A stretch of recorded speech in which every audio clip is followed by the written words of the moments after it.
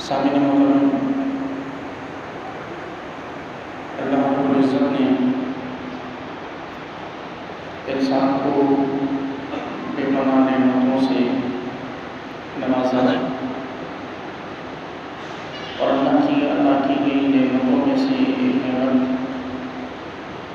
یہ بھی ہے کہ اللہ رب العزت نے انسان کے رزق کا ذمہ اپنے ذمہ کرم پر لے لیا، اور انسان کو اس رزق کی حاصل کرنے کے لیے مختلف راستے، مختلف ذرائع اور طریقے اللہ رب العزت نے قرآن مجید میں یا رسول اللہ صلی اللہ علیہ وسلم کی احادیث طیبہ کے ذریعے سکھائے ہیں۔ اللہ تبارک و تعالیٰ نے جس طرح دیگر تمام معاملات میں انسان کو کچھ قوانین کا، اصول و ضوابط کا پابند فرمایا، اسی طرح روزی کے معاملات میں بھی انسان کچھ اصول و ضوابط کا پابند ہے۔ اس کی وجہ یہ کہ یہ کیسے ممکن ہے کہ اللہ تعالیٰ نماز پڑھنے، روزے رکھنے، زکوٰۃ و حج کی ادائیگی یا دنیا کے اور کسی بھی معاملے میں تو رہنمائی فرمائی، لیکن انسان کی سب سے بنیادی ضرورت یعنی غذا اور اس غذا کے انتظام کے متعلق انسان کی رہنمائی نہ فرمائی۔ اللہ تبارک و تعالیٰ نے قرآن مجید قرآن حمید میں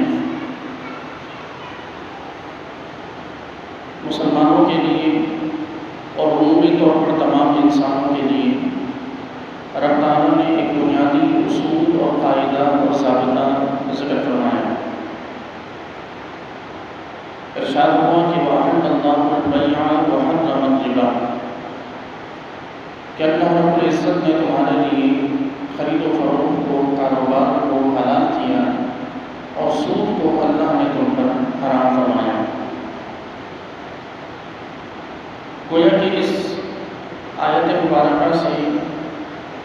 دنیا کے تمام تر مال و متاع کو دو حصوں میں تقسیم کر دیا گیا ہے۔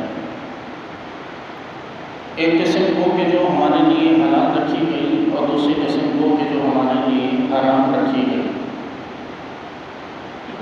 پھر اللہ تعالیٰ نے حلال رزق کی برکتیں بھی بیان فرمائی۔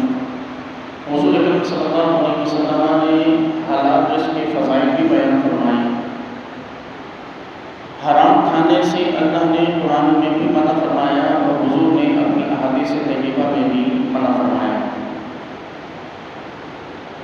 پھر کس کس چیز کو حلال کہا جائے اور کس کس چیز کو حرام سمجھا جائے،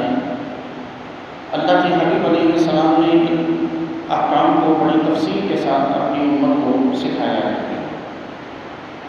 یعنی اس امت کا کوئی بھی فرد یا کوئی بھی شخص یہ نہیں کہہ سکتا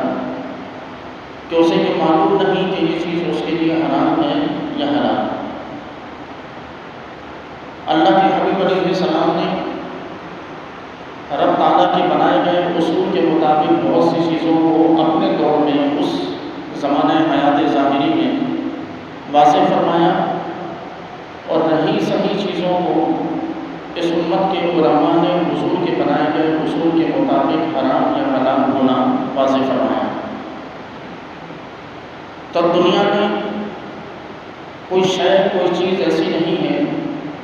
کہ جس کے متعلق ہمارے سامنے بالکل واضح طور پر کنسیپٹ موجود نہ ہو کہ یہ حرام ہے یا حلال۔ اور رب تعالیٰ کے اس حکم کو یاد رکھیں کہ جس میں اللہ تعالیٰ نے لا تأکلوا أموالكم بينكم بالباطل فرمایا کہ ایک دوسرے کے مالوں کو ناحق طریقے سے نہ کھاؤ، اور یہ واضح کر دیا کہ تمہیں قطعی طور پر اجازت نہیں ہے کہ تم کسی بھی مال کو حرام طریقے سے استعمال کرو یا اسے حاصل کرنے کی کوشش کرو۔ رسول اللہ صلی اللہ علیہ وسلم نے مختلف مواقع پر آپ صلی اللہ علیہ وسلم نے ایسے لوگوں سے بیزاری کا اظہار فرمایا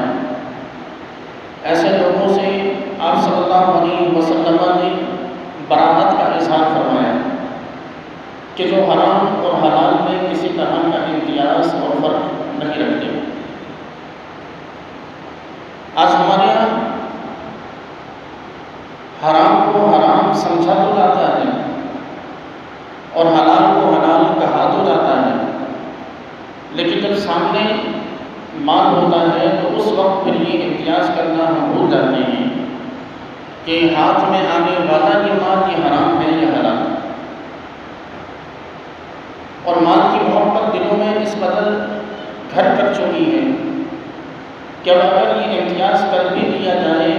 تو اس مال سے پیچھا چھڑانا بڑا مشکل ہو جاتا ہے۔ رسول اللہ صلی اللہ علیہ وسلم کے اصول کے مطابق حرام مال دو طرح کا ہوتا ہے، ایک ظاہری طور پر حرام اور دوسرا باطنی طور پر حرام۔ یعنی ایک تو وہ حرام کہ جس کا حرام ہونا بالکل ظاہر ہو، بالکل واضح ہو، جس میں سود ہے، جس میں رشوت ہے، جس میں لوگوں کا مال ڈکیتی کے طور پر وہ مال لوگوں سے وصول کرنا اور حاصل کرنا ہے، اور دوسرا باطنی قسم کا حرام کہ جو کسی حرام ذریعے سے کمایا جائے، یعنی کاروبار کرتے وقت جھوٹی قسم کھا کر اپنا سامان بیچ دینا، کسی شخص کی کوئی رقم دکان پر رہ جائے اس پر قبضہ جما لینا، کسی شخص کو کوئی چیز 2 گنا بلکہ 4 گنا قیمت میں اضافہ کر کے کسی شخص کو بیوقوف بنا کر کوئی چیز اسے دے دینا، یہ ساری وہ چیزیں ہیں کہ جو حرام کے زمرے میں آتی ہیں۔ ہمارے یہاں ایسا نہیں کہ حرام سے بچنے کی فکر نہیں کی جاتی، ہمارے یہاں فکر ضرور کی جاتی ہے، کوشش ضرور کی جاتی ہے، لیکن حرام کی ظاہری صورت سے بچنے کی کوشش کی جاتی ہے۔ مطلب کوئی شخص اگر ہمیں کہے کہ یہ رقم سود کی ہے تو ہم چونک اٹھیں، کوئی کہے کہ یہ مال ڈاکے کا ہے تو ہم فوراً اس مال سے پیچھا چھڑائیں گے،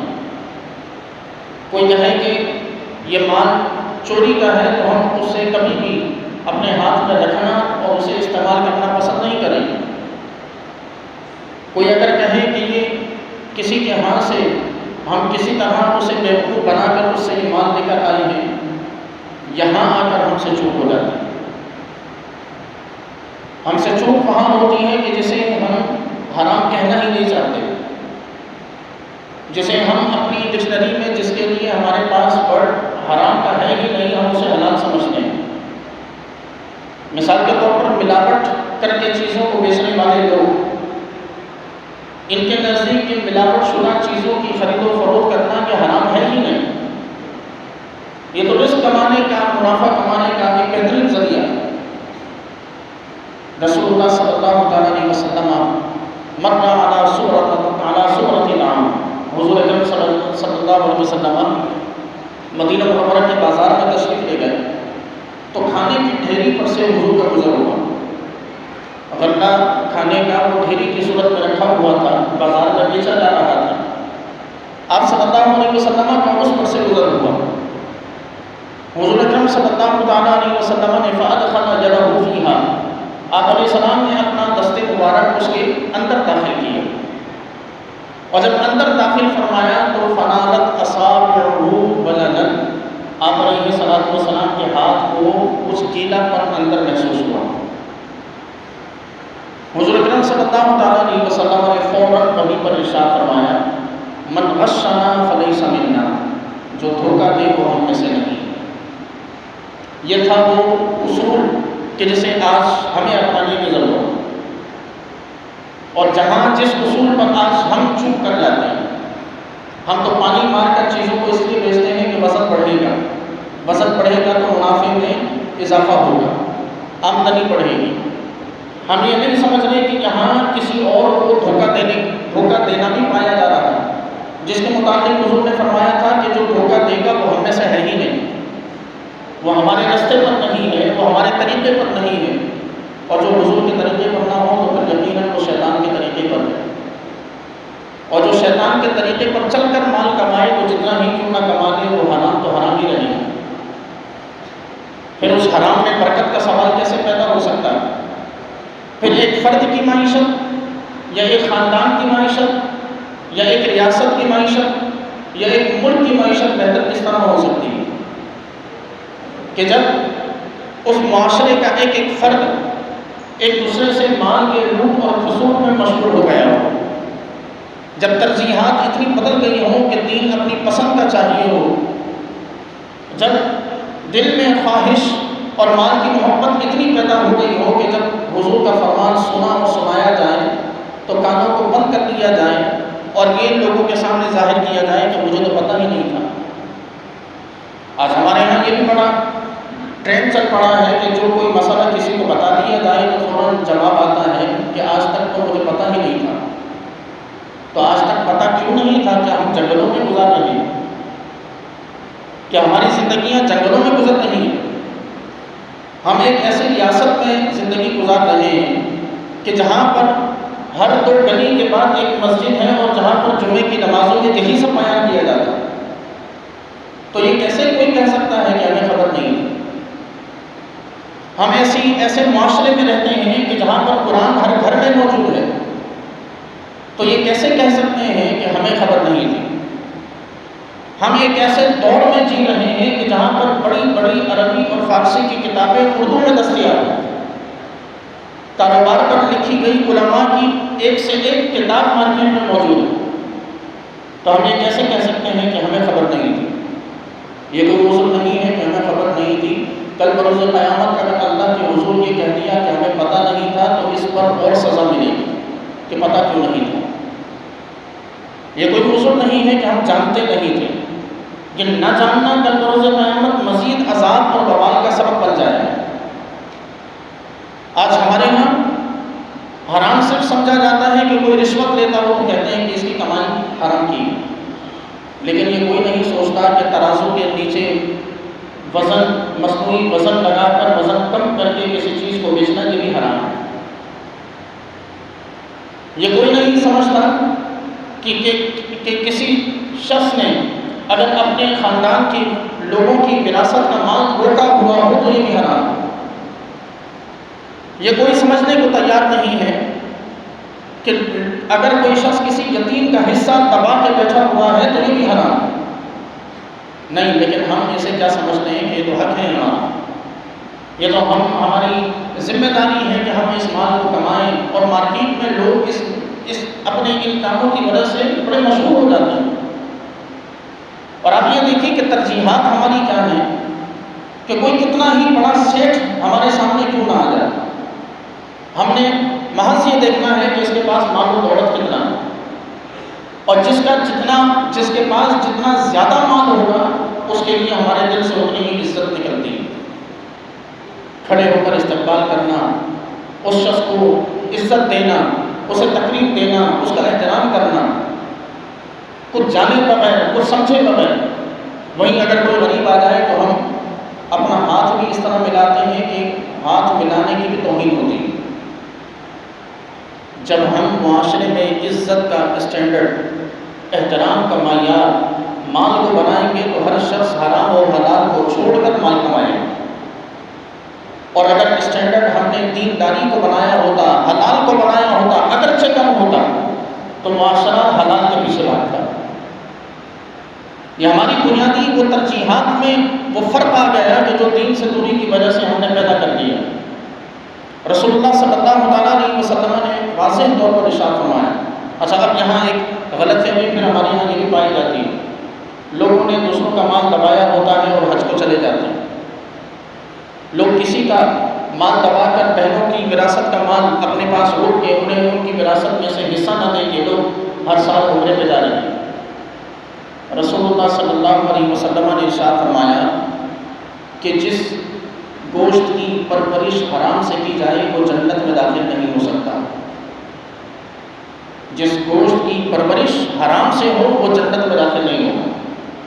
اب اندازہ لگا لیں، جنت میں داخل ہو نہیں سکتے تو کعبہ وہاں جانا کس قدر مقبول، کہ یہ بھی واضح طور پر ہے کہ جو شخص ایک لقمہ حرام کا کھا لے 40 دن تک کوئی عبادت قبول نہیں ہوتی، تو ایک لقمہ حرام کا 40 دن تک کوئی عبادت قبول نہ ہونے دے تو اندازہ لگائیں کہ جس کی زندگی حرام کھاتے گزری ہو، اس کی کون سی عبادت اللہ کی بارگاہ میں مقبول ہونی ہے، اور کون سا اسے اجر ملنا ہے، کون سا اسے ثواب ملنا ہے، اس نے اپنی قبر میں جا کے کون سے امتحان میں کامیاب ہو جانا، کل بروز قیامت اس نے اللہ کے حضور کون سی بات کا اللہ کے حضور جو ہے وہ جواب دے کر اپنے آپ کو کامیاب کروا لینا۔ رسول اللہ صلی اللہ علیہ وسلم نے واضح طور پر ارشاد فرمایا کہ حرام مال کا صدقہ بھی اللہ کی بارگاہ میں مقبول نہیں ہے۔ حرام مال اگر کوئی کماتا ہو، یہ مسئلہ ذہن میں بٹھا لیں کہ کوئی حرام مال کماتا ہو اور حرام مال ثواب کی نیت سے کہیں خرچ کرے، کافر ہو جائے گا۔ حرام مال کما کر ثواب کی نیت سے کسی کو دے گا اور یہ چاہے گا کہ اللہ اس کے بدلے میں مجھے اجر دے، تو وہیں دار اسلام سے خارج ہے۔ اور سامنے والا جو لے رہا ہے اسے معلوم ہے کہ اس کے لیے جو کمایا ہوا مال ہے یہ حرام کا ہے، اور وہ اسے اس پر دعا دے دے کہ اللہ تجھے اس کا اجر دے، تو لینے والا بھی کافر ہے۔ یہ اس قدر اہمیت کے حامل چیز ہے حرام و حلال میں فرق۔ آج قربانیاں کی جا رہی ہیں اور قربانیاں ہم کریں گے، تو اندازہ لگائیں کہ حرام سے کر رہے ہیں یا حلال سے کر رہے ہیں۔ اللہ کی بارگاہ میں حرام مال کا صدقہ قبول نہیں تو قربانی کیسے قبول ہو سکتی ہے؟ رب کی بارگاہ میں حرام مال سے صدقہ قبول نہیں تو حج و عمرے کیسے قبول ہو سکتے ہیں؟ اسی لیے ہمیں اصول و ضوابط کا پابند فرمایا گیا، اسی لیے رب تعالیٰ نے ہمیں احکام کا، اللہ تعالیٰ نے ہمیں پابند کیا تاکہ ہم اپنے کسی بھی عمل سے معاشرے میں فساد کا، فتنے کا سبب نہ بن سکیں، ہم لوگوں کی، غریبوں کی غربت میں، ان کے مشکل وقت میں ان کے کام آ سکیں۔ یہ زکوٰۃ، یہ صدقہ فطر، یہ مختلف صدقات کی فضیلتیں جو ہم سنتے ہیں، یہ فضیلتیں اس لیے نہیں کہ اسلام کو ان تمام چیزوں کی ضرورت ہے، یا یہ مال جو ہم کسی غریب کو دیتے ہیں، بطور صدقہ دیتے ہیں، یہ مال براہ راست اللہ کی بارگاہ میں یوں ہی پہنچ جاتا ہے۔ اللہ تعالیٰ نے تو واضح طور پر اعلان کر رکھا ہے کہ لن ینال اللہ لحومها ولا دماؤها ولکن ینالہ التقوی منکم، کہ رب تک تمہاری قربانیوں کا گوشت نہیں پہنچتا، ہڈیاں نہیں پہنچتی، اللہ تک جو چیز پہنچتی ہے دلوں کا تقوی پہنچتا ہے۔ اللہ نے واضح اعلان کر رکھا ہے یہ مال و دولت جو ہم خرچ کرتے ہیں، یہ مال و دولت کی نہ تو دین کو ضرورت ہے، نہ اس مال و دولت کی خدا کی ذات کو ضرورت ہے۔ یہ تو ہے ہی اس لیے، لازم ہی اس لیے کیا گیا، اس کی تلقین ہی اس لیے کی گئی کہ ہم معاشرے سے غربت کو ختم کر سکیں، ہم معاشرے میں موجود لوگوں کو کہ جو ضرورت مند ہیں ہم ان کے کام آ سکیں، اور ہم اپنے اس عمل سے کیا کر رہے ہیں، معاشرے میں مزید ضرورت مند پیدا کر رہے ہیں، معاشرے میں مزید غربت کو ہم پیدا کر رہے ہیں۔ اللہ تعالیٰ نے جس غربت کو مٹانے کے لیے رب تعالیٰ نے احکام نازل کیے تھے کہ آپ دیکھیں کہ نبی کریم علیہ الصلوۃ والسلام کے دور میں زکوٰۃ لینے والے لوگ موجود تھے، لیکن حضور علیہ الصلوۃ والسلام نے جب سسٹم عطا فرمایا اور سیدنا عمر فاروق رضی اللہ تعالیٰ کے دور تک وہ سسٹم کامیابی کے ساتھ کام کرنے لگا، تو حضرت عمر فاروق رضی اللہ تعالیٰ کے دور میں لوگ زکوٰۃ دینے والے مدینے کی گلیوں میں پھرا کرتے تھے، زکوٰۃ لینے والا نہیں ملتا تھا۔ یہ انہی احکام کی برکت ہے۔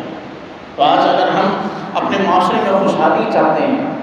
آج اگر ہم چاہتے ہیں کہ ہمارے مال و اسباب میں برکت ہو، ہم چاہتے ہیں کہ کم میں اللہ تبارک و تعالیٰ ہمیں سکون عطا فرما دے، ہم چاہتے ہیں کہ ہماری زندگی بڑے پرسکون طریقے سے گزرے، ہم چاہتے ہیں کہ قبر میں، موت کے بعد قبر میں جو ہمیں ماحول ملے وہ آرام دہ اور سکون کا ماحول ہو، ہم چاہتے ہیں کہ کل بروز قیامت اللہ کے حضور جب کھڑے ہوں تو چہرے پر شرمندگی کے آثار نہ ہوں، بلکہ رسول اللہ صلی اللہ علیہ وسلم کی شفاعت ہمیں نصیب ہو جائے، تو ہمیں پھر اس حرام کے دائرے سے اپنے آپ کو نکالنا ہوگا۔ اور یاد رکھیں کہ حرام صرف وہ حرام نہیں ہے کہ جسے ہم حرام سمجھیں،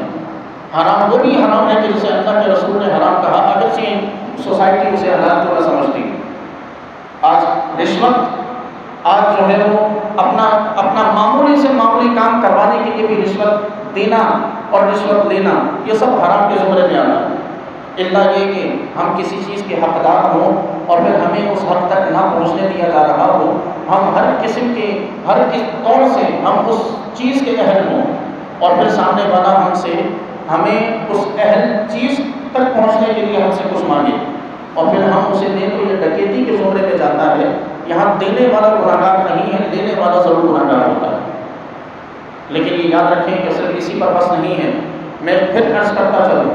کہ ٹھیلوں پر کھڑے ہو کر لوگوں کو خراب چیزیں اچھی بتا کر بیچنا، اس سے آنے والی آمدنی بھی حرام ہے۔ ملاوٹ کی ہوئی چیزوں کو لوگوں کو فروخت کرنا، اس سے آنے والی آمدنی بھی حرام ہے۔ اپنی بہنوں کی وراثت کا مال روکنا، یہ بھی حرام ہے۔ کسی یتیم کا مال ہاتھ میں آ جائے، اس یتیم کا مال اس کے حوالے نہ کرنا، یہ بھی حرام ہے۔ لوگوں کو بے وقوف بنانا، لوگوں سے فراڈ کرنا، لوگوں کے پیسے اپنے پاس دبانا، قرض لے کر دینے سے منع کر دینا، یہ سب حرام کے زمرے میں آتا ہے۔ اور ان سب پر اللہ کے حضور پکڑ ہے، اور پکڑ صرف آخرت میں نہیں، دنیا میں بھی ہے۔ اور دنیا میں ایسے لوگوں کی سب سے واضح جو پکڑ ہمیں نظر آتی ہے، سب سے واضح طور پر جو پکڑ آپ کو بالکل ظاہر اور واضح طور پر نظر آئے گی، وہ یہ کہ ایسے لوگوں کی زندگیوں سے سکون ختم ہو جائے، ایسے لوگوں کی زندگیوں میں سکون نہیں رہے گا، کیونکہ سکون اللہ کا تحفہ ہے، رب کی عطا ہے، رب کا فضل ہے کہ انسان اپنی زندگی سکون کے ساتھ گزارے، اور اللہ اپنا یہ فضل حرام کھانے والے کو کبھی نہیں دیتا۔ اور پھر اس کا ایک آپ چھوٹا سا اثر اور ایک چھوٹا سا رزلٹ اس کا آپ دیکھ لیں، اولاد کی نافرمانی، اولاد کی نافرمانی، گھر میں ناچاتیاں، طلاقوں کا بڑھتا ہوا رجحان، اس سب کے پیچھے یہ ایک بنیادی چیز ہے۔ آپ اولاد کو حرام کھلائیں اور یہ چاہیں کہ اولاد متقی و پرہیزگار ہو جائے، نہیں ہو سکتی۔ جس کی پرورش حرام سے ہو رہی ہو، وہ کیسے آگے چل کر اپنے آپ کو حلال کے دائرے میں لے کر آئے، الا یہ کہ اللہ اسے توفیق عطا فرمائے۔ وگرنہ ممکن نہیں کہ جس کی پرورش حرام سے کی گئی ہو، وہ بڑے ہو کر ماں باپ کا سہارا بن جائے۔ وہ حرام اپنا اثر کہیں نہ کہیں ضرور دکھائے، یا تو ماں باپ کی نافرمانی کی صورت میں، یا ماں باپ سے حد درجے کی گستاخی اور بدتمیزی کی صورت میں۔ یہ حرام اپنا اثر ضرور دکھائے گا، اور اسی دنیا میں اللہ تعالیٰ اس حرام کا نتیجہ اور رزلٹ دکھاتا ہے۔ آخرت کے معاملات تو بہت دور کی بات ہے کہ رسول اللہ صلی اللہ علیہ وسلم نے ارشاد فرمایا، جب معراج سے واپس آئے تو حضور فرماتے ہیں کہ میں نے یہ دیکھا کہ کچھ لوگ ہیں کہ جن کے پیٹ بہت بھاری ہیں، بہت بڑے پیٹ ہیں، اور وہ ان پیٹوں کو اٹھائے ہوئے ایک جگہ سے دوسری جگہ جا رہے ہیں۔ فرماتے ہیں میں نے پوچھا جبریل سے کہ جبریل یہ کون لوگ ہیں؟ جبریل علیہ السلام نے عرض کی، یا رسول اللہ یہ آپ کی امت کے حرام کھانے والے لوگ ہیں۔ تو وہاں تو یہ ذلت، وہاں تو یہ ندامت یقیناً ہمارے سامنے ہوگی۔ تو اس لیے اپنے آپ کو ایسے ہر عمل سے محفوظ رکھیں، ایسے ہر عمل سے اپنے آپ کو بچانے کی کوشش کریں کہ جو عمل شریعت کے روح سے، شریعت کے اصول اور ضوابط کے مطابق حرام کے دائرے میں آتا ہو۔